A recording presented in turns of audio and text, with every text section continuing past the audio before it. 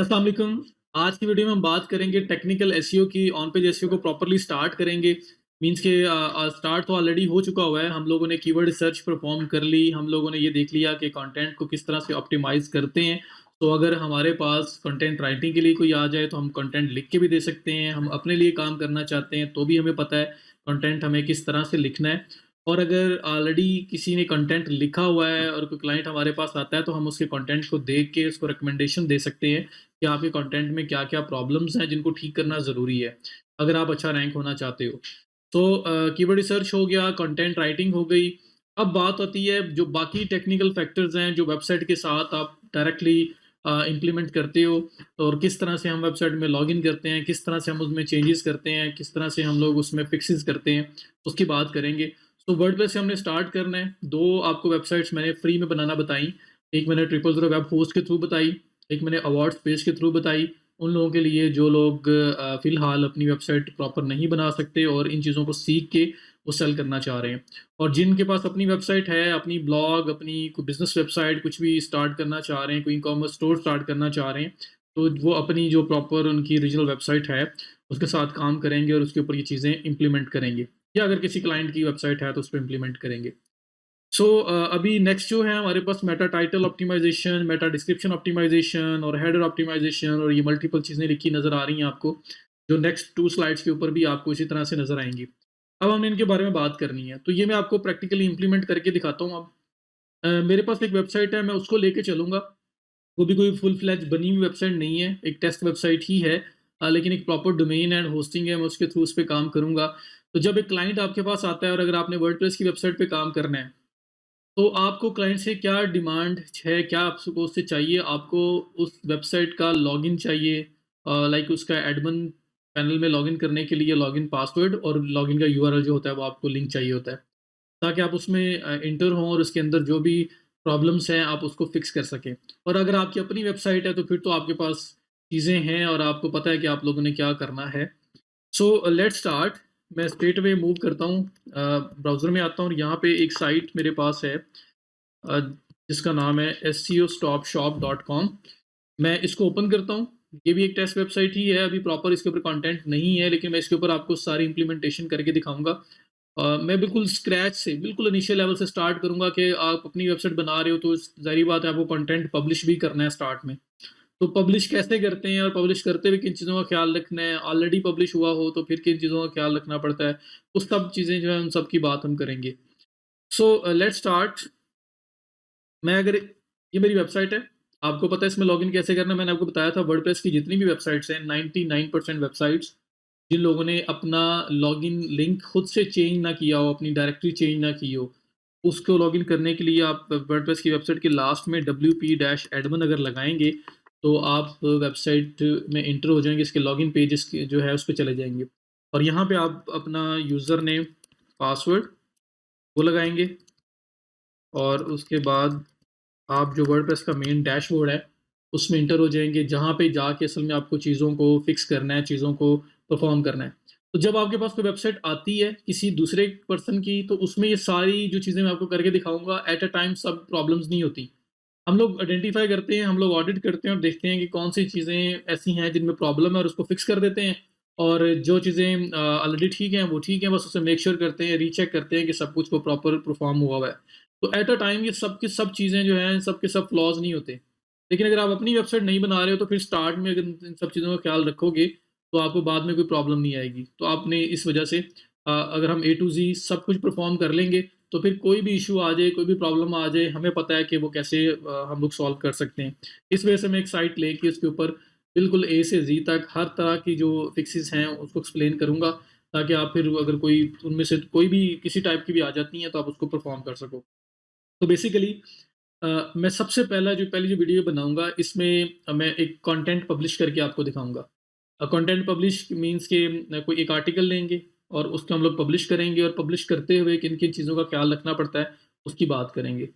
सो अगर मैं आपको थोड़ा-सा डैशबोर्ड के बारे में बताऊँ, तो यहाँ पे आपके पास लेफ्ट साइड पे जो डैशबोर्ड आ रहा है, इसमें आपके पास 2 ऑप्शन आ रहे हैं, एक आ रहा है पोस्ट सेक्शन, एक आ रहा है पेजेस का सेक्शन।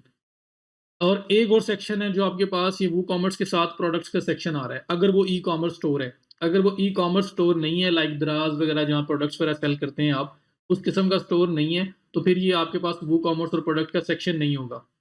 लेकिन अगर आपका ई-कॉमर्स स्टोर है तो फिर ये सेक्शन भी होगा प्रोडक्ट्स और कैटेगरीज़ प्रोडक्ट्स की, और उसके अलावा फिर ये पोस्ट और पेजेज़ का ऑप्शन आ रहा है। तो स्टार्टिंग में बाय डिफ़ॉल्ट अगर एक सर्विस बेस्ड एक बिज़नेस वेबसाइट है, उसके अंदर पोस्ट और पेजेज़ का सेक्शन होगा सिर्फ़, और अगर उसमें आपने प्रोडक्ट्स वगैरह भी ऐड किए हों लाइक वो ई-कॉमर्स स्टोर है, तो फिर आपके पास ये ऑप्शन भी आपको विज़िबल होगा। सो पोस्ट और पेज दोनों में डिफ़रेंस क्या है? जो आपका स्टैटिक पेजेज़ होते हैं, मीन्स कि वो कोई टेक्निकली देखा जाए तो दोनों चीज़ें ऑलमोस्ट सेम है। अगर आप कोई कस्टम वेबसाइट बनाते हो तो वहाँ पे कोई पोस्ट पेज की वेरिएशन इतनी ज़्यादा वो नहीं हो रही होती कि आपको वो अलग-अलग आपने उसको हैंडल किया होता है। ये सिर्फ़ ऑर्गेनाइज़ करने के लिए वर्डप्रेस ने हमें ऑप्शन दिया हुआ है। वो ऑप्शन क्या है कि अगर आपका स्टैटिक पेज है, mean static page, about us के पेज के ऊपर जो लिख दिया वो एक बार लिखा है, अब अबाउट अस वाले पेज को बार-बार अपडेट तो नहीं कर रहे होंगे, आपका स्टैटिक पेज है। उसके बाद अगर आपका कॉन्टैक्ट अस पेज है, आपकी प्राइवेसी पॉलिसी है, आपकी टर्म्स एंड कंडीशंस हैं, वो सब पेजेज़ ऐसे हैं कि एक बार बन गए तो उसके बाद वो एडिट होंगे अगर कभी आपको ज़रूरत पड़ी, वरना वो वैसे ही रहने हैं। तो ये जो जितने स्टैटिक पेजेज़ हैं ना, आप इसको पेजेज़ वाले सेक्शन में ऐड करो। वर्डप्रेस आपको रिकमेंड करता है। ये आपका पेजेज़ जो है वो स्टैटिक पेजेज़ के लिए सेक्शन बना हुआ है। यहाँ पे आप वो ऐड करें ताकि अगर कभी आपको एडिट करना पड़े, आप जाएँ तो वहाँ पे जो 5-7 पेजेज़ ऐड हैं, आप कभी भी एडिट कर सकते हैं। जो पोस्ट सेक्शन है ये डायनामिक है। पोस्ट क्या है? आर्टिकल्स। आपकी कोई ब्लॉग है, आप मल्टीपल आर्टिकल्स उसमें पब्लिश कर रहे हैं। आपकी न्यूज़ वेबसाइट है, उसपे डेली बेसिस पे आप न्यूज़ अपडेट्स दे रहे हैं। तो ये वाला पोस्ट सेक्शन बहुत फ्रीक्वेंटली अपडेट हो रहा है। आप एक-एक दिन में 5-5 पोस्ट भी लगा रहे हो, 5-5 न्यूज़ लगा रहे हो, 10-10 न्यूज़ लगा रहे हो, 20-20 न्यूज़ लगा रहे हो। तो ये आपका पोस्ट सेक्शन जो है ना डायनामिक सेक्शन है। ये बहुत तेज़ी से अपडेट हो रहा होगा। तो अगर आप अपने पेजेज़ भी इसी में क्रिएट कर लोगे, तो कल को अगर आपको एडिट करना पड़ेगा तो वो पता नहीं कौन से नंबर वाले पेज पे जाके आपको फाइंड करना पड़ेगा। तो वर्डप्रेस कहता है आप ऑर्गेनाइज़ कर लें।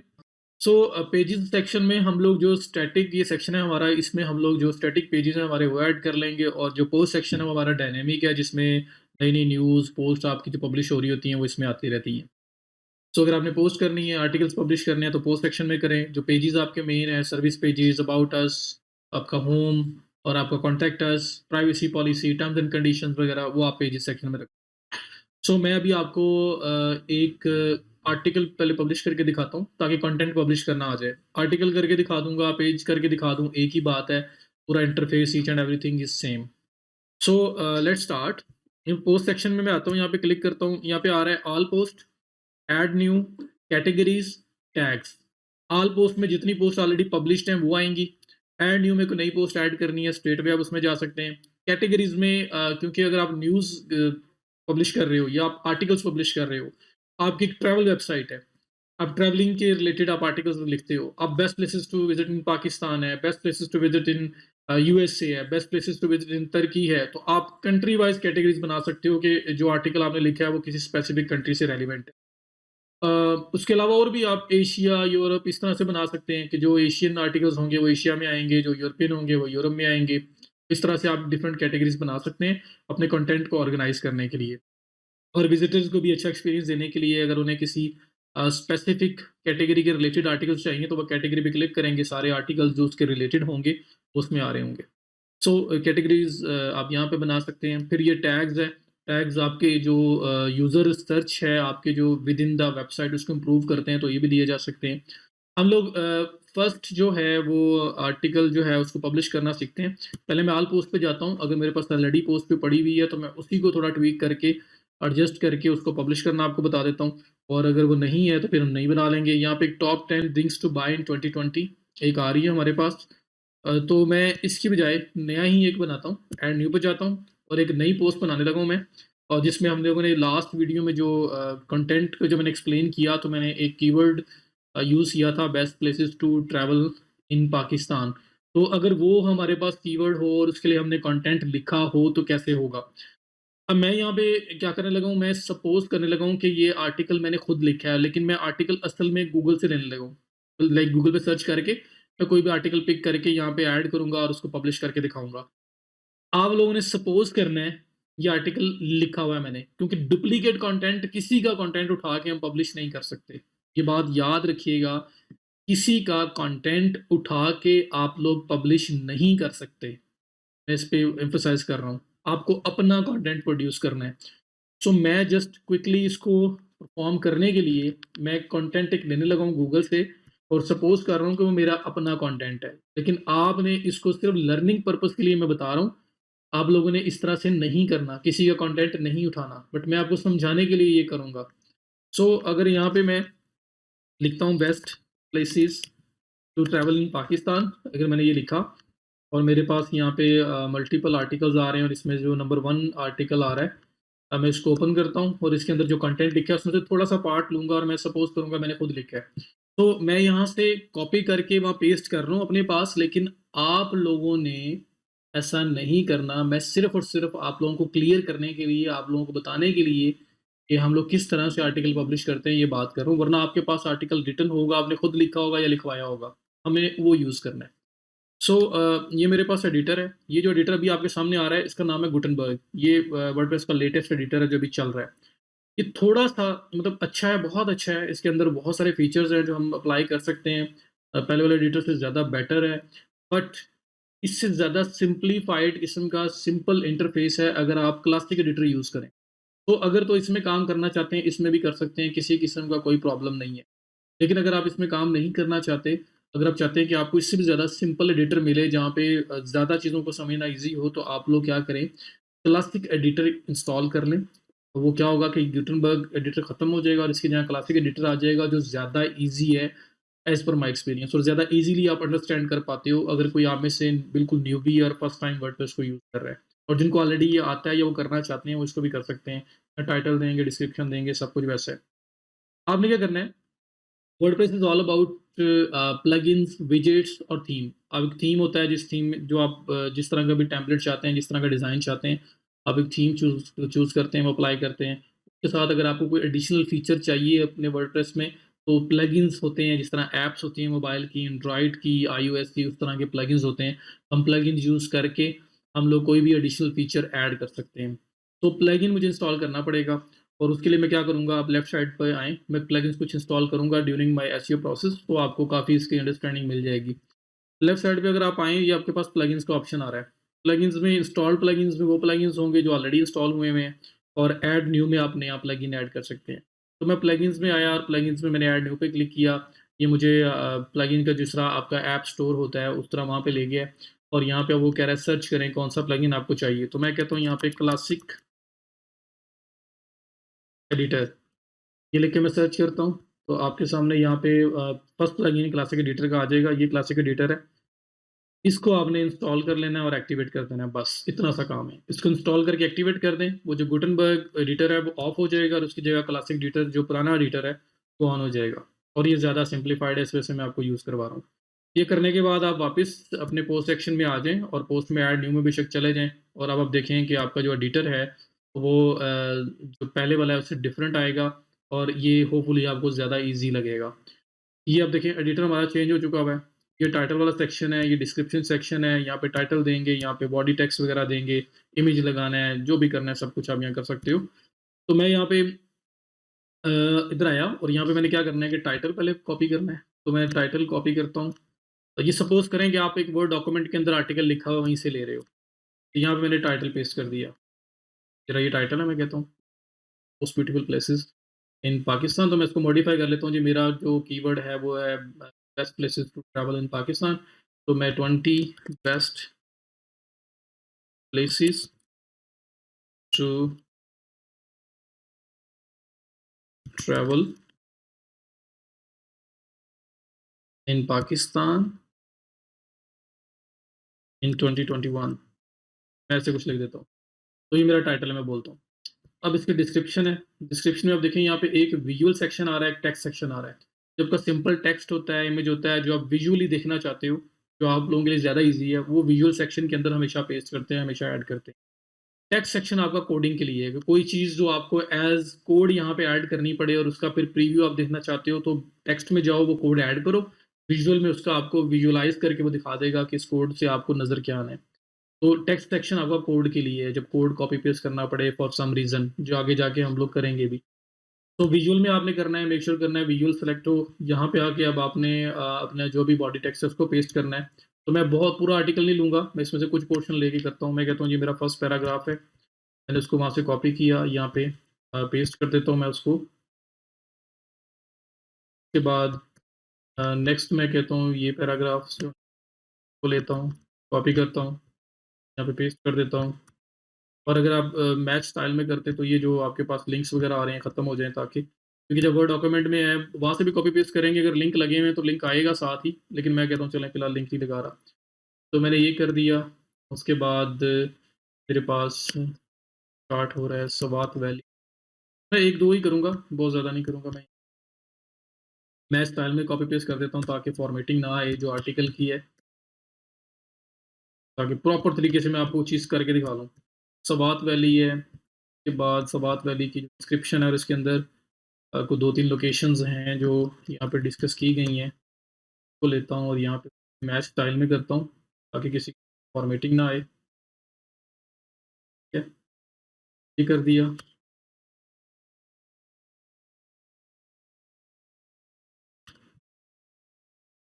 चलें बहरहाल इसको बाद में। उसके बाद हुंज़ा वैली आ गया, मैंने इसको लिया, पेस्ट किया, भी फॉर्मेटिंग के बगैर करता हूँ मैच स्टाइल में। आप लोग सिंपल वर्ड से कॉपी पेस्ट करेंगे, सारी formatting each and everything same आ जाएगी तो वो ज़्यादा बेटर है। तो यहाँ पे चलें, मैंने यहाँ तक किया, इसको कॉपी कर लिया और इसको फिर पेस्ट कर दिया मैंने। और उसके बाद मैं क्या करता हूँ, मैं फिर स्क्रॉल डाउन करता हूँ, यहाँ पे मेरे पास तो बाकी समझे मैंने 20 के 20 डिस्कस कर दिए हैं। तो मैं जो वाइंड अप हो रहा था ये मोस्ट ब्यूटीफुल प्लेसेस जो है इसको लेता हूँ, एंड कर देता हूँ। तो मैंने आर्टिकल कॉपी पेस्ट किया है, आपने ये काम नहीं करना, आपने हमेशा अपना कंटेंट लिखना है, किसी का कंटेंट उठा के कॉपी पेस्ट नहीं कर सकते। मैं जस्ट एग्जांपल के लिए कर रहा हूँ। सो ये मेरा एक आर्टिकल है, मैंने टाइटल दिया, डिस्क्रिप्शन दी, मेरे सामने आ गई। अब यहाँ पे मुझे फॉर्मेटिंग थोड़ी-सी करनी है, मुझे एडजस्टमेंट करनी है, यहाँ पे मुझे आर्टिकल पब्लिश करने का वे बता रहा हूँ आपको। फिर इसके बाद बहुत सारी चीज़ें जो आपके स्लाइड में आ रही थी, ये मेटा टाइटल, डिस्क्रिप्शन, हेडर्स, बहुत कुछ है जो हमने डिस्कस करना है। सबसे पहला काम जो हम लोग यहाँ करते हैं, हम लोग यहाँ देखते हैं कि हमारा जो हेडर्स हैं वो किस तरह से साइन होंगे। सबसे पहले मैं हेडर्स ऑप्टिमाइज़ेशन पे आता हूँ, मेटा टाइटल और मेटा डिस्क्रिप्शन से पहले। सो मैं ये जो आपके सबसे पहले मैं आर्टिकल पब्लिश करना बता रहा हूँ आपको, और आर्टिकल पब्लिश करते हुए कुछ चीज़ें उसके अंदर परफॉर्म होती हैं। लाइक हमारा पहले तो है Meta title, meta description, but मैं हेडर ऑप्टिमाइज़ेशन पे आता हूँ, लिंक स्ट्रक्चर पे आता हूँ, इंटरनल एक्सटर्नल लिंक्स पे आता हूँ, क्योंकि ये आर्टिकल पब्लिश करते हुए, कोई भी पेज पोस्ट पब्लिश करते हुए ये चीज़ें करनी पड़ती हैं। सबसे पहले टाइटल दिया, टाइटल के बाद देखिए अगर आप आपके पास एक लिंक बना हुआ आ रहा है, ये लिंक ऑटोमेटिकली बन गया, मीन्स के आपकी साइट, और उसके बाद ये 20 best places to visit travel in Pakistan in 2021 वो ऑटोमेटिकली यहाँ पे ऐड हो गया है। तो इसको मैं अभी एक्सप्लेन करता हूँ लिंक को। पहले हम आर्टिकल को फॉर्मेट कर लें। ये आर्टिकल आया, अब आर्टिकल के अंदर जो है आपकी ये हेडिंग थी, 20 most beautiful places in Pakistan. अच्छा, ये जो आपका टाइटल होता है ना, by default in most of the themes, जो मोस्ट ऑफ थीम्स वगैरह आप यूज़ कर रहे हैं, उसके अंदर जो टाइटल होता है वो हेडर 1 होता है, H1 होता है आपका। तो आपको इसमें हेडर टैग असाइन नहीं करना पड़ेगा। सम टाइम कुछ आर्टिकल्स हैं जिसमें हेडिंग 2 भी हो सकती है, फिर हम इसको ट्रीट करते हैं, वो हमें थीम लेवल पे कुछ हमें चेंजेस करनी पड़ेंगी। तो अभी अगर मैं सपोज़ करता हूँ ये हेडिंग 1 है, तो ये हेडिंग 1 ऐसी रहेगी। हेडिंग 1 के बाद अगर आप देखें तो ये कुछ पैराग्राफ्स आ रहे हैं और उसके बाद ये एक नई हेडिंग आ रही है, 20 most beautiful places in Pakistan. तो ये आपकी अभी सिंपल टेक्स्ट है। अगर ये सिंपल टेक्स्ट है और अगर मैं इसको बोल्ड सिर्फ कर देता हूँ जी कि ये हेडिंग है, तो गूगल को पता नहीं लगेगा कि ये हेडिंग है कौन-सी। इसके लिए मुझे एक टैग असाइन करना पड़ेगा इसको, क्योंकि ये अब स्ट्रेट अवे टाइटल के बाद आ रहा है। तो ये हेडिंग 2 है ना, हेडिंग 1 अगर आपका टाइटल है, तो ये हेडिंग 2 होगी। हेडिंग 2 क्यों होगी? क्योंकि ये सब टाइटल है, सब हेडिंग है ऑफ हेडिंग 1। इसकी हेडिंग 1 जो टाइटल है उसका सब टाइटल है ये, इस वजह से ये हेडिंग 2 होगी। तो मुझे बोल्ड करने से काम नहीं चलेगा, मुझे इसको प्रॉपर टैग असाइन करना पड़ेगा, क्योंकि जब गूगल मेरे आर्टिकल पे आएगा और उसको देखेगा, तो उसको भी नज़र आना चाहिए ये हेडिंग 2 है, फिर इसकी हेडिंग 2 की वेटेज मिलेगी इसको। तो मैंने ये बोल्ड करने की बजाय क्या करना है, इसके साथ अगर आप देखें एडिटर में ही, ये पैराग्राफ का ऑप्शन आ रहा है। मैं इस पे क्लिक करूँगा और पैराग्राफ के ऑप्शन पे क्लिक करने के बाद ये हेडिंग 1, हेडिंग 2, 3, 4, 5, 6 का ऑप्शन आ रहा है। हेडिंग 1 मेरा टाइटल है, तो हेडिंग 2 मेरी ये बनती है, मैं हेडिंग 2 पे क्लिक करूँगा, तो इस पार्ट को, इस हेडिंग को हेडिंग 2 टैग असाइन हो गया हुआ है। इसके बैक एंड पे मैं टेक्स्ट में जाऊँ तो मुझे कोड भी नज़र आएगा। बहरहाल हम लोग बगैर कोड को देखिए अप्लाई करने की कोशिश कर रहे हैं ताकि हमारे लिए ईज़ी से ईज़ी रहे। तो ये हेडिंग 2 का कोड असाइन हो गया है। ये होता है हेडर ऑप्टिमाइज़ेशन के, हेडर के अंदर कीवर्ड भी आए, वो तो कंटेंट राइटिंग का पार्ट था। तो अगर मैंने कंटेंट लिखा हुआ है और मैं उसको यहाँ पे लेके आ रहा हूँ, तो मैं सपोज कर रहा हूँ कि कंटेंट राइटिंग वाला पार्ट मैंने कवर कर लिया है। अगर नहीं भी किया तो मैं यहाँ पे भी करके दिखाऊंगा आपको। तो ये हमने हेडिंग 2 का टैग असाइन कर दिया। उसके बाद आप नीचे आते हैं तो सवात वैली आ रही है हेडिंग। सवात वैली आपके टाइटल की डायरेक्ट सब हेडिंग नहीं है। आपके टाइटल जो H1 है उसकी सब हेडिंग है ये, और इसकी सब हेडिंग है सवात वैली। तो जब ये हेडिंग 2 है, तो फिर सवात वैली क्योंकि इसकी सब हेडिंग है तो वह हेडिंग 3 होगी। और अगर आप पेपर में लिख रहे होते, कहीं थीसिस में लिख रहे होते, तो आपने इसको लिखना था 2.1, क्योंकि ये हेडिंग 2 है। तो हेडिंग 2 के नीचे जो सब हेडिंग होती है हम उसको बोलते हैं हेडिंग 2.1। लेकिन हम 2.1 एसईओ में नहीं कर सकते, हम उसको या हेडिंग 2 होगी या वो हेडिंग 3 होगी।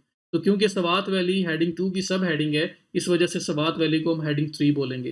तो मैं क्या करूंगा, इसे सेलेक्ट करूंगा पूरे को, ऊपर पैराग्राफ ये जो लिखा हुआ आ रहा है इसमें जाऊंगा और यहाँ पे हेडिंग 3 पे क्लिक कर दूंगा। इसको हेडिंग 3 का टैग असाइन हो गया है। गूगल जब आएगा उसको पता चलेगा कि ये हेडिंग 3 है। उसके बाद अगर मैं आता हूँ नीचे, तो सवात वैली के नीचे भी कुछ हेडिंग्स आ रही हैं। तो सवात वैली के नीचे जो हेडिंग आ रही है, क्या वो सवात वैली के सेम लेवल की हेडिंग है? नहीं। सवात वैली जो है उसकी सेम लेवल की हेडिंग कौन सी है? उसकी सेम लेवल की हेडिंग है हुंजा वैली। जितनी भी 20 लोकेशंस डिस्कस होने जा रही हैं वो सारी की सारी हेडिंग 3 होंगी, क्योंकि वो इस हेडिंग 2 की सब हेडिंग्स हैं, ऑल 20 लोकेशंस। तो वो आपकी हेडिंग 3 रहेगी। लेकिन अगर हेडिंग 3 के नीचे और सब हेडिंग आ रही है, तो वो तो फिर हेडिंग 3 की सब हेडिंग है ना। सवात वैली की सब हेडिंग ये एरिया है। तो अगर सवात वैली हेडिंग 3 है, तो ये जो एरिया उसके नीचे शो हो रहा है जो उसकी सब हेडिंग है वो हेडिंग 4 होगी, क्योंकि वो 3.1 बनती है ना। अगर हम अपने वो एजुकेशन वाइज देखें कि वहाँ पे अगर हम लिखते, तो हम लिखते सवात वैली अगर हेडिंग 3 है तो उसके नीचे जो सब हेडिंग आ रही है वो हेडिंग 3.1 है। लेकिन 3.1 नहीं होता, वो फिर हेडिंग 4 हो जाएगी। सो ये जो आपका विलेज आ रहा है इसको हम लोग हेडिंग 4 डिक्लेयर करेंगे, क्योंकि ये सवात वैली की सब हेडिंग है। ठीक है। तो यहाँ पे इसी तरह से आपका जो नेक्स्ट एरिया आ रहा है कंदोल, ये जो आ रहा है, तो ये कौन सी हेडिंग होगी? तो ये भी ऑटोमेटिकली आपकी हेडिंग 4 होगी। क्यों? इसमें और इसमें कोई फर्क नहीं है। ये भी आपकी सवात वैली हेडिंग 3 की सब हेडिंग है और ये भी सवात वैली की सब हेडिंग है। अगर ये बयोन विलेज जो विलेज है इसके नीचे कोई और सब हेडिंग आ रही होती तो वो हेडिंग 5 होनी थी, क्योंकि वो इसकी सब हेडिंग होनी थी, और ये हेडिंग 4 है तो उसकी सब हेडिंग हेडिंग 5 होनी थी। बट अभी ये जो एरियाज हैं ये सारे सवात वैली की सब हेडिंग्स और एक लेवल की हैं, तो ये भी आपकी हेडिंग 4। ठीक है, हेडिंग 4 इसको मैं साइन कर देता हूँ। उसके बाद नेक्स्ट जो है ऊशु फॉरेस्ट, ये भी आपकी हेडिंग 4, क्योंकि ये भी सवात वैली की सब हेडिंग है। इस तरह से आपकी हेडिंग 4 ये बन गई। हाँ, अगर अब ये जो ऊशु फॉरेस्ट है इसके नीचे भी कोई सब हेडिंग होती, तो क्योंकि ये हेडिंग 4 थी तो वो हेडिंग 5 होनी थी, लेकिन इसके नीचे कोई सब हेडिंग नहीं। अब बात आ गई, ये पहला आपका जो सवात वैली है वो खत्म हो गया। अब सवात वैली के बाद हुंजा वैली स्टार्ट हो गया। तो हुंजा वैली जो है वो क्या सवात वैली की सब हेडिंग है? नहीं। जिस लेवल पे सवात है वैली है उसी लेवल पे हुंजा वैली है, वो भी इसकी सब हेडिंग है। तो जितनी 20 लोकेशंस हैं वो एक ही लेवल पे हैं। तो जब इसकी हेडिंग 2 की सब हेडिंग सवात वैली हेडिंग 3 है, तो फिर आपका ये जो हुंजा वैली ये भी हेडिंग 3 होगा, और बाकी जो 18 लोकेशंस और आएंगी वो भी हेडिंग 3 ही होंगी। ये सारी सेम लेवल पे हैं, किसी को दूसरे पे एडवांटेज नहीं है।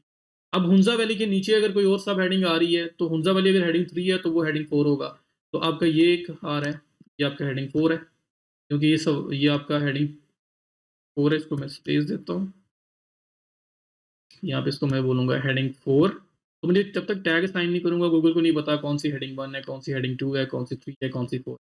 तो ये हुंजा वैली जब हेडिंग 3 है तो उसकी सब हेडिंग हेडिंग 4 होगी। उसके बाद अताबाद लेक आ रही है, तो अताबाद लेक भी आपकी हेडिंग 4 होगी, क्योंकि ये आपकी हेडिंग 3 की सब हेडिंग है, हेडिंग 4।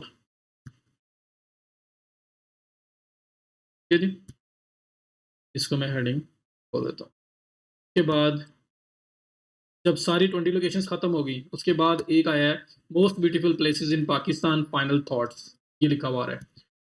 अब अगर तो most beautiful places in Pakistan final thoughts, अगर तो इसके नीचे फॉल कर रहा होता 20 most beautiful places in Pakistan, तो फिर तो वो हेडिंग 3 ही होनी थी, क्योंकि वो इससे एक लेवल डाउन है। बट अभी क्या हो रहा है, ये पूरे आर्टिकल को समराइज कर रहा है यहाँ पे, most beautiful places in Pakistan final thoughts पूरे आर्टिकल समराइज कर रहा है। तो पूरे आर्टिकल को जब समराइज कर रहा है, तो अगर ये हेडिंग 1 है और ये इसकी सब हेडिंग थी, तो वो भी हेडिंग 1 की सब हेडिंग है। तो अगर ये हेडिंग 2 लेवल पे है, तो आपकी जो बॉटम वाली हेडिंग है फाइनल थॉट्स वाली, ये भी हेडिंग 2 पे है, ये कोई उस हेडिंग से नीचे डाउन हेडिंग नहीं है। तो फाइनल थॉट्स भी सेम लेवल पे है जिस लेवल पे 20 most beautiful places in Pakistan जो है वो हेडिंग थी। क्योंकि ये भी सब हेडिंग है आपकी मेन हेडिंग 1 की, और वो भी सब हेडिंग है मेन हेडिंग 1 की, क्योंकि पूरे आर्टिकल को समराइज़ कर रहे हैं वहाँ पे। अगर वो इन 20 लोकेशंस के बारे में ही लास्ट में एक सेपरेट उसके अंडर फॉल कर रही होती, अगर वो इन 20 मोस्ट ब्यूटीफुल प्लेसेस के नीचे फॉल कर रही होती, तो फिर वो हेडिंग चेंज हो जानी थी। अभी वो पूरे आर्टिकल को समराइज़ कर रही है, और यहाँ पे आर्टिकल के अंदर जो 20 लोकेशंस हैं उनकी बात हो रही थी, तो ये हेडिंग और वो लास्ट हेडिंग एक ही लेवल की हेडिंग्स हैं। तो अगर ये हेडिंग 2 है तो वो भी हेडिंग 2 आपकी होगी। और उसको टैग असाइन कैसे करने हैं वो मैंने आपको बता दिए। सेलेक्ट करना है और ये आपके पास ऑप्शन आएगा यहाँ पे टैग असाइन करने। तो ये होते हैं headers optimization, header tag assign करना। H1, H2, H3 की असाइनमेंट कैसे होती है, उसको कैसे असाइन करते हैं, और पब्लिश करते हुए असाइन करना बहुत ज़्यादा ज़रूरी है। यहाँ पे असाइन होना ज़रूरी है। अगर आपने आर्टिकल वर्ड पे कहीं पे लिखा हुआ है और वहाँ पे आपने साइन कर दिया हुआ है, तो जब कॉपी पेस्ट करोगे तो ऑटोमेटिकली यहाँ साइन हो जाएगा। मीन्स कि यहाँ पे अगर मैं वर्ड ओपन करूँ, ये मेरे पास वर्ड है, यहाँ पे मैंने इस आर्टिकल को कॉपी पेस्ट किया था थोड़ा-सा। तो पहले यहाँ से पेस्ट करके आगे ले जाना चाह रहा था, फिर मैंने कहा चलो डायरेक्टली ले जाते हैं। यहाँ पे अगर देखें, ये सबसे टॉप पे जो टाइटल है आपका, ये अगर हेडिंग 1 है, तो अगर आप चाहते हैं कि वर्ड के अंदर ही इसको असाइन कर दूँ हेडिंग 1, तो इसको सेलेक्ट करें और ये हेडिंग 1 का ऑप्शन आ रहा है, इस पे क्लिक करें, ये आपको हेडिंग 1 असाइन होंगे। उसके बाद 20 most beautiful places in Pakistan, ये हेडिंग 2 है। यहीं पे ये हेडिंग 2 है, इसको साइन करें, ये हेडिंग 2 असाइन होगी। सवात वैली आपकी हेडिंग 3 है, यहीं पे इसको सिलेक्ट करें, हेडिंग 3 असाइन करें, सवात वैली को हेडिंग 3 असाइन होगी। ठीक है? तो अगर आप ऐसे वर्ड में पहले साइन कर लेंगे, तो क्या होगा, जब आप इस पूरे आर्टिकल को कॉपी करके पेस्ट करेंगे, तो ये हेडिंग्स बनी बनाई ऐसे असाइंड ही वहाँ पे कॉपी पेस्ट हो जाएंगी, और आपको दोबारा वहाँ से साइन नहीं करनी पड़ेगी। तो जो आर्ट कंटेंट लिखा होता है, अगर उसके अंदर भी हेडिंग्स असाइन कर दी जाएँ पहले से ही, तो फिर आपको कॉपी पेस्ट करने के बाद वर्ड के जो वर्डप्रेस है, उस पे जाके दोबारा काम नहीं करना पड़ता। वो एज़ इट इज़ बनी बनाई यहाँ पे आ जाएँगी। So that is how we assign heading tags to the headings। और रियल टाइम जो अभी गूगल अगर आएगा पब्लिश होने के बाद इस आर्टिकल पे आता है, गूगल देख सकता है कि यहाँ पे कौन सी हेडिंग हेडिंग किस नंबर पे फॉल कर रही है, किस लेवल पे फॉल कर रही है। वो हेडिंग 1 है, 2 है, 3 है, 4 है, 5 है, कौन सी हेडिंग है। सो इस तरह से आपने साइन करने हैं। अब बात आती है कंटेंट ऑप्टिमाइजेशन की। कंटेंट यहाँ पे ऑप्टिमाइज्ड है या नहीं है उसकी बात। तो मैं सपोज कर रहा हूँ कंटेंट ऑप्टिमाइज्ड है। मैं सपोज कर रहा हूँ कि ये जो आर्टिकल, ये जो कंटेंट है, ये हर जगह पे यूज़ हुआ हुआ है। तो मैं थोड़ा सा चेंज भी बेशक कर लेता हूँ कि मेरी ये जो हेडिंग है, क्योंकि मैंने मोस्ट ब्यूटीफुल प्लेसेस से निकाल के तो मैंने उसको कन्वर्ट कर दिया places to travel in Pakistan. ठीक है? तो मैं इसको अगर फर्स्ट पैराग्राफ में एडजस्ट करना है, मैं ये कह सकता हूँ 20 टुडे वी आर, या ये देखें, ये है here are 20 of the most beautiful places in Pakistan. तो मैं इसको रिप्लेस कर देता हूँ, इसके साथ चलना है। इसमें मेरा कीवर्ड ये पूरा नहीं है, कीवर्ड तो मेरा है 20 best places to travel in Pakistan. तो मैं यहाँ पे 2021 रहने देता हूँ, 20 बेस्ट प्लेसेस ट्रैवल पाकिस्तान। तो इस तरह से मैंने उसको थोड़ा एडजस्ट कर लिया कि मेरा मेरा जो कीवर्ड है उसमें आ जाए। तो अभी उसमें ब्यूटीफुल प्लेसेस पे किया हुआ है, बट मैंने किसी तरह से थोड़ा सा एम्बेड किया ताकि जब बाद में मैं बाकी एसईओ करूँ तो आपको थोड़ी बहुत इसकी अंडरस्टैंडिंग आ जाए। तो जब कंटेंट यहाँ मैं पब्लिश कर रहा हूँ, तो वो तो डिसाइडेड है ना, वो मेरे अकॉर्डिंगली लिखा गया है। और अगर क्लाइंट के लिए कर रहे हो, पहले से पब्लिश था और उसमें कीवर्ड यूजेज प्रॉपर नहीं था, तो आपने फ्रंट एंड के ऊपर, ये फ्रंट एंड है ना आपका, यहाँ पे कोई भी चीज़ क्लाइंट से पूछे बगैर चेंज नहीं करनी, वरना वो आपके बड़ा काउंटर आपका बड़ा बुरी तरह से वो कर सकता है। तो उसको आपने क्या करना है, उसको आपने पूछना है कि आपका ये जो कंटेंट है वो ऑप्टिमाइज्ड नहीं है, उसमें ये प्रॉब्लम्स हैं, इसको ठीक करवाओ। अगर वो कहते हैं आप कर दो, तो आप कर देंगे, और ज़ाहिर बात है फिर आप उसको चार्ज करेंगे। तो खैर ये आपके हेडिंग्स होगी, और हेडिंग्स के अंदर आपके कीवर्ड वगैरह आना ज़रूरी है, वो सब बातें अपनी जगह पे थी। ये आपका ये पार्ट कंप्लीट हो गया। हेडर्स ऑप्टिमाइजेशन, हेडर्स के टैग असाइन करना और उन हेडर्स के अंदर कीवर्ड यूजेज होना, ये ज़रूरी चीज़ है, और वो हम लोगों ने यहाँ पे डिस्कस कर ली। अब उसके बाद, अब यहाँ पे ना कुछ चीज़ें पूरी नहीं भी हो रही, जैसे हेडिंग 1 में चलो कीवर्ड आ गया, हेडिंग 2 में कीवर्ड आ गया, हेडिंग 3 में तो अब एरियाज़ के नाम शुरू हो गए हैं। तो हेडिंग 3 में मैं कीवर्ड कैसे लेके आऊँ? या तो मुझे यहाँ पे कोई हेडिंग एडजस्ट स्टोर करनी चाहिए इस लेवल के नीचे, जिसपे हेडिंग 3 में भी कीवर्ड आए, और फिर ये जो सारी हेडिंग्स है वो हेडिंग 4 में चली जाएँ। तो फिलहाल मेरे से एडजस्ट करना टफ हो रहा है, तो फिर हार्ड एंड फास्ट नहीं है कि हेडिंग 3 में एडजस्ट नहीं हो रहा, तो आप कहें जी नहीं, मैंने तो बस ज़बरदस्ती इसको ऐड करके रहना है। अगर आप किसी तरह से हेडिंग 3 की यहाँ पे एडजस्टमेंट कर लेते हैं और उसमें कीवर्ड यूज़ कर लेते हैं, तो दी बेस्ट है। लेकिन अगर नहीं हो पा रहा तो जो आर्टिकल का एक नेचुरल जो उसका इम्पैक्ट है उसको खराब नहीं करना, उसको आर्टिफिशियल नहीं बनाना कि उसमें पता लग रहा हो ये तो ज़बरदस्ती यहाँ पे हेडिंग घुसा दी हुई है। तो ये चीज़ का ख़्याल रखना है आपने। रिकमेंडेड है कि आप हेडिंग 1, 2, 3, 4 में यूज़ करें, लेकिन अगर हेडिंग 1 में यूज़ हो रहा है, 2 में यूज़ हो रहा है, 3 में हो रहा है, 4 में नहीं हो पा रहा, 3 में नहीं हो पा रहा, कहीं नहीं हो पा रहा, तो ज़रूरी नहीं है कि उसको आप ज़बरदस्ती ऐड करें, अगर पॉसिबिलिटी नहीं बन रही। अगर बनती है तो एज़ अ राइटर ज़रूर उसको करें या करवाएँ। ये आपका आर्टिकल का मेन आपका आ गया और उसमें मैंने हेडिंग्स का भी बता दिया। हेडिंग्स के बाद यहाँ पे बात हो रही है, अगर मैं वापस जाऊँ अपनी स्लाइड पे, यहाँ पे बात हो रही है हेडिंग्स के बाद ये permalink structure URL optimization. Meta title, meta description मैं खुद छोड़ रहा हूँ क्योंकि उसके लिए मुझे एक प्लगइन यूज़ करना है और वो प्लगइन मैं अभी फ़िलहाल फौरी तौर पे लाना नहीं चाह रहा। मैं चाह रहा हूँ मैं आपको नेक्स्ट वीडियो में बता दूँ। फ़िलहाल मैं आज जो चीज़ें आर्टिकल को पब्लिश करते हुए मेन हो रही हैं परफ़ॉर्म, उसको कर लें पहले और बाद में फिर इस साइड पे आते हैं। तो हेडर्स हो गए। अब परमालिंक स्ट्रक्चर यूआरएल ऑप्टिमाइज़ेशन ये क्या चीज़ है? परमालिंक क्या होता है? ये आर्टिकल का जो पूरा लिंक होता है ना, जैसे ये मैंने साथ एक आर्टिकल ओपन किया हुआ है, ये स्टार्ट से लेके एचटीटीपीएस से लेके ये पूरा जो लिंक बना हुआ आ रहा है, जो लिंक मैं किसी को प्रोवाइड करता हूँ तो वो इस आर्टिकल को ओपन कर सकता है। इस पूरे स्ट्रक्चर को, पूरे लिंक को परमालिंक बोलते हैं। इसको बोलते हैं ये परमालिंक है, ये यूआरएल है। या अगर आपसे कोई पूछ ले, अगर कहीं पे लिखा हुआ आ जाए तो आपको आइडिया हो जाए कि ये परमालिंक क्या चीज़ है, ये यूआरएल क्या चीज़ है। ये लिंक जो होता है आपका पूरा, इसी को परमालिंक बोलते हैं, इसी को यूआरएल बोलते हैं। और इसमें ये जो ओआरजी तक का पार्ट है, ये तो है मेन डोमेन, नाम है ना ये, डोमेन की आपको एक्सप्लेनेशन दी हुई है मैंने। तो ये मेन नाम है, वेबसाइट का नाम है। इस नाम के जो बाद वाला पार्ट है, जो ये स्लैश के बाद आपको पार्ट नज़र आ रहा है इतना-इतना, इसको बोलते हैं स्लग। SLUG, slug. तो कहीं भी अगर लिखा हुआ आ जाए स्लग, तो आपको पता होना चाहिए स्लग क्या होता है।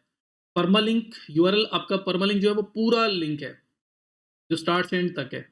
और जो स्लग है वो आपका डोमेन के बाद वाला पार्ट, जो इस स्पेसिफिक आर्टिकल का आइडेंटिफाई कर रहा है। सिर्फ स्पेसिफिक आर्टिकल क्या है, कोई और आर्टिकल होगा, कोई और पेज होगा, उसका ये स्लैश के बाद वाला पार्ट चेंज हो जाएगा। ये जो ओआरजी तक मेन है, डोमेन है ना, वो सेम रहती है हमेशा। इसके बाद चेंजेस आ रही होती हैं, ये चीज़ चेंज हो रही होती है हर आर्टिकल के हिसाब से। तो ये जो है ना आपके पास पार्ट नज़र आ रहा है, इसको बोलते हैं स्लग। ठीक है? तो परमालिंक स्ट्रक्चर और यूआरएल ऑप्टिमाइज़ेशन वो क्या चीज़ है? परमालिंक स्ट्रक्चर ये है कि ये जो पूरा स्ट्रक्चर है ना, ये आपका बेस्ट होना चाहिए। बेस्ट क्या होना चाहिए? स्टडीज़ कहती हैं आपका जो शॉर्ट लिंक है ना, शॉर्ट परमालिंक, वो ज़्यादा अच्छा रैंक होता है। लेंथ जो है वो आपकी कम हो, तो वो बेस्ट है। शॉर्ट यूआरएल, शॉर्ट परमालिंक्स ज़्यादा अच्छे रैंक होते हैं। तो हम लोग क्या करते हैं, हम टू द पॉइंट रहते हैं, सिर्फ़ हम लोग अननेसेसरी स्टफ़ यहाँ पे यूज़ नहीं करते। अभी क्या है कि ये जो साइट है ना, इसमें वो चीज़ फिक्स हुई हुई है। वो चीज़ यहाँ पे फिक्स हुई हुई है, वरना वो चीज़ कैसे नज़र आनी थी मैं आपको बताता हूँ। ये आर्टिकल ऐसे ही है, मैं इसको करता हूँ सेव ड्राफ्ट्स, इसको मैं अपने पास अभी होल्ड पे रखता हूँ। और मैं आपको बताता हूँ कि जब एक नई साइट बनती है तो परमालिंक स्ट्रक्चर बाय डिफ़ॉल्ट किस किस्म का आ सकता है, क्या-क्या उसकी पॉसिबिलिटीज़ होती हैं। तो ये मेरे पास ओपन है, मैं यहाँ पे जा रहा हूँ, लेफ्ट साइड पे ये नीचे बिल्कुल बॉटम पे एक ऑप्शन आ रहा है आपके पास सेटिंग्स का। ये वर्डप्रेस की अपनी मेन सेटिंग्स हैं। इन सेटिंग्स में आप आते हो तो इसमें journal, writing, reading, discussion, media, permalinks, ये ऑप्शंस आ रहे हैं। तो परमालिंक्स पे आप आ जाएँ, मैंने अभी बता दिया आपको परमालिंक क्या है, पूरा जो स्ट्रक्चर है आपके लिंक का, वो परमालिंक है। तो मैं सेटिंग्स में आया हूँ और सेटिंग्स में मैंने परमालिंक्स पे क्लिक किया है। ये परमालिंक्स आपके पास ओपन हो गए। यहाँ पे बाय डिफ़ॉल्ट जो ज़्यादातर वर्डप्रेस जब आप सेटअप करते हो तो आपके पास ये मंथ एंड नेम वाला या डे एंड नेम वाला ये कोई फॉर्मेट आता है, शो होता है। अब ये डे एंड नेम वाला मैं या चलिए इसको करके देखता हूँ, या ये आईडी वाला, मैं इसको अगर सेव करता हूँ और मैं आपको दिखाता हूँ कि अगर आप फर्स्ट टाइम अपनी वेबसाइट सेटअप कर रहे हो तो किस किस्म का आप स्ट्रक्चर देखोगे, या किसी क्लाइंट का देखो तो हमें किस तरह से उसको मॉडिफ़ाई करना चाहिए, हमें क्या उसमें करना चाहिए। तो अब वो करने के बाद अगर मैं रिफ्रेश करता हूँ अपने आर्टिकल के पेज को, जहाँ पे मैं आर्टिकल पब्लिश करने जा रहा था, अगर मैं उसको रिफ्रेश करूँ और अभी मैं यहाँ पे देखूँ अपना लिंक स्ट्रक्चर, तो कुछ ऐसा बनना था आपका। आपकी साइट स्लैश के बाद 2021 16 तो 20 best places to visit in Pakistan in 2020, ये पूरा लिखा हुआ आ रहा है। अब यहाँ पे ये जो लास्ट वाला पार्ट है स्लैश के बाद वाला, मैंने आपको क्या बोला, ये तो है आपका स्लग, ये बोला था ना, ये आपका स्लग है, ये चीज़। और पूरा स्ट्रक्चर जो है ना आपका, वो ये है जो स्टार्ट से लेके एंड तक शो हो रहा है आपको। अब मैं आपको बोल रहा हूँ कि शॉर्ट यूआरएल, शॉर्ट परमालिंक्स जो होते हैं वो ज़्यादा अच्छा रैंक होते हैं। तो मुझे ये बताएँ कि ये जो इसके अंदर अननेसेसरी पार्ट अगर आ रहा है कोई, उसको मुझे रिमूव करना चाहिए या नहीं करना चाहिए? जो भी अननेसेसरी पार्ट है, जो मुझे ज़रूरत नहीं है जिस चीज़ की, मुझे उसको निकाल देना चाहिए। क्योंकि मैंने शॉर्ट से शॉर्ट बनाना है उसको। तो शॉर्ट से शॉर्ट बनाने के लिए मुझे वो रिमूव करना पड़ेगा। फिलहाल जब मैं फर्स्ट लुक इस लिंक पे देता हूँ, तो सबसे पहली अननेसेसरी चीज़ जो मुझे नज़र आ रही है ना, वो ये है 6/1/2021, ये जो डेट लिखी हुई है। डेट से मुझे किसने सर्च करना है? बल्कि सम टाइम इसका नेगेटिव इफ़ेक्ट होता है मेरे विज़िटर्स के ऊपर। उन्हें पता लगता है कि आर्टिकल 2 साल पहले लिखा था, तो 2 साल पहले की डेट यहाँ शो हो रही होगी।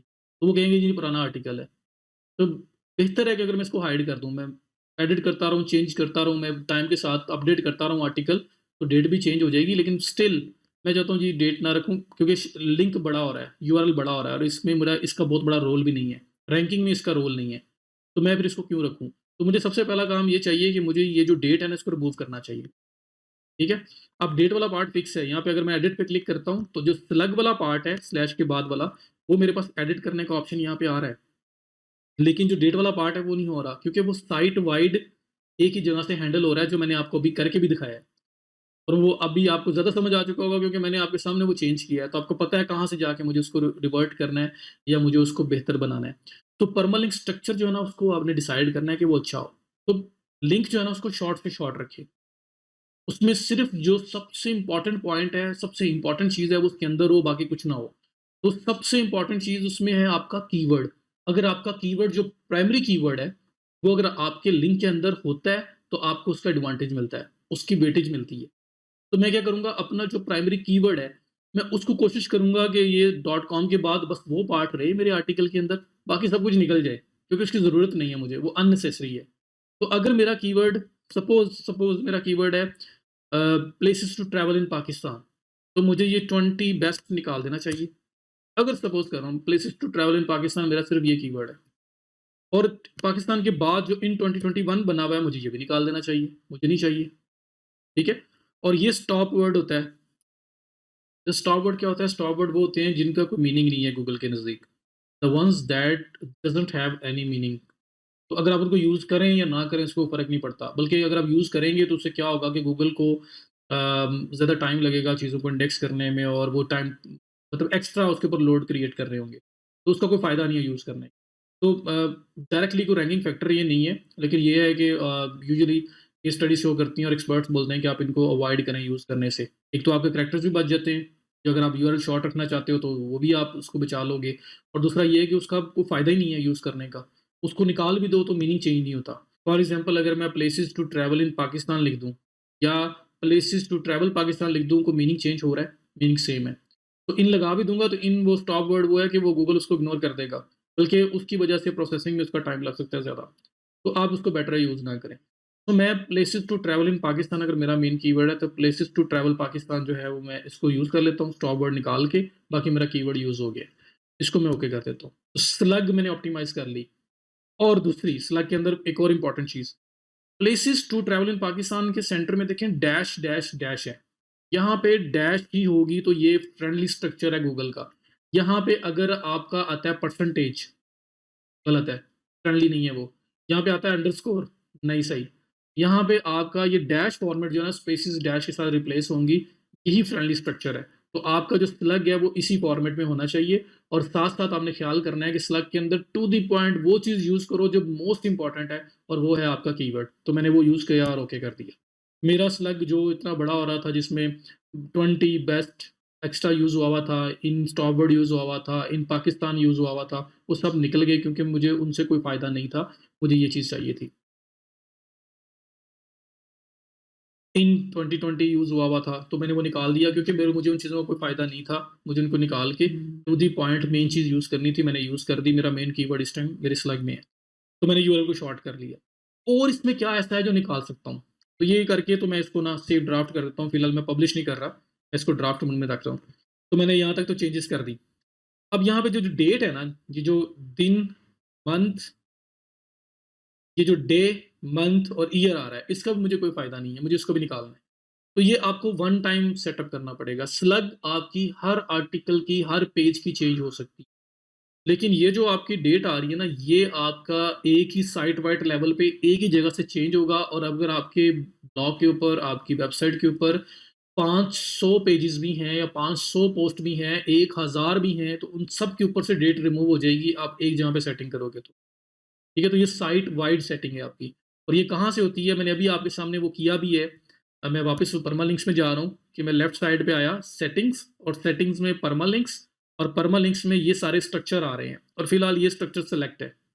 इसमें से आपने देखना है कौन सा बेस्ट स्ट्रक्चर है जो मुझे यूज़ करना चाहिए, जो मेरे लिए जो बेस्ट और शॉर्ट यूआरएल बना के देगा, और जो नेसेसरी चीज़ें हैं उसके अंदर सिर्फ उसको रखेगा, बाकी जो इर्रेलेवेंट या जो एक्सेसिव स्टफ है उसको निकाल देगा। तो आप देखें प्लेन में आईडीज़ आते हैं, मुझे आईडीज़ नहीं चाहिए, मुझे स्लग के अंदर कीवर्ड चाहिए, मुझे अपने लिंक के अंदर परमालिंक में कीवर्ड चाहिए। तो कीवर्ड मेरा यूज़ होगा जब स्लग प्रॉपर यूज़ होगी, आईडी यूज़ हो गया तो वो निकल जाएगा।